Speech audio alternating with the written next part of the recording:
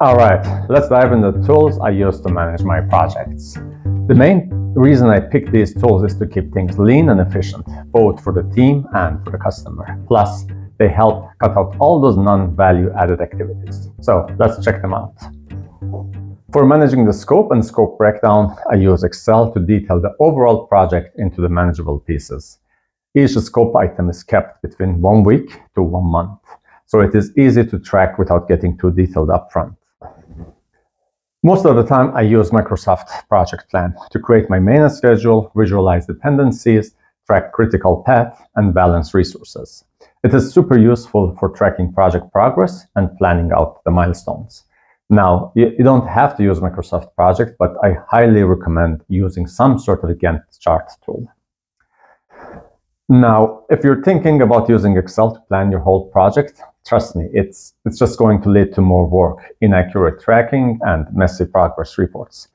Unless you're working on a small, tiny project, something that is the duration of only a few weeks or maybe less than 20 activities. And a quick tip, don't use PowerPoint for your planning.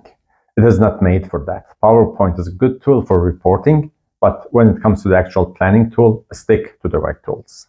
Tools I like for detailed task management are Jira and Azure DevOps. These are super handy, especially for bug tracking and task management. They're great if you're running daily stand-up, but also heads up. While they're awesome tools for managing tasks, they are not planning tools. So don't rely on them for your project planning, or you will confuse yourself and the others if you plan your project on such tools. Personally, I prefer using Excel. It's super versatile and you can do tons of calculation with it. Now, some companies might provide a CRM tool like Salesforce, which is great, but honestly, most project managers I know end up exporting the data from the CRM tool back into the Excel and tweaking it there. It's just easier to work with that.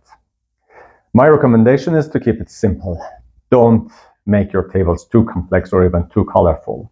Also, one person should manage the Excel file. With too many people involved, spreadsheets become buggy and inaccurate, and you definitely don't want that to happen, especially for your budget calculation. You can use more or less anything you want depending on your audience. You can use emails, newsletters, Word templates, PowerPoint, etc. There are also many tools out there to help you with this. Just make sure your report is structured and it goes top down, as it would be easier for people to see an overview first and then go to the details only if they're interested to. Now, when it comes to managing risk, it can vary depending on the company. Some organizations have a specific rules and templates that you will need to follow, but at a minimum, always do a probability impact analysis in Excel.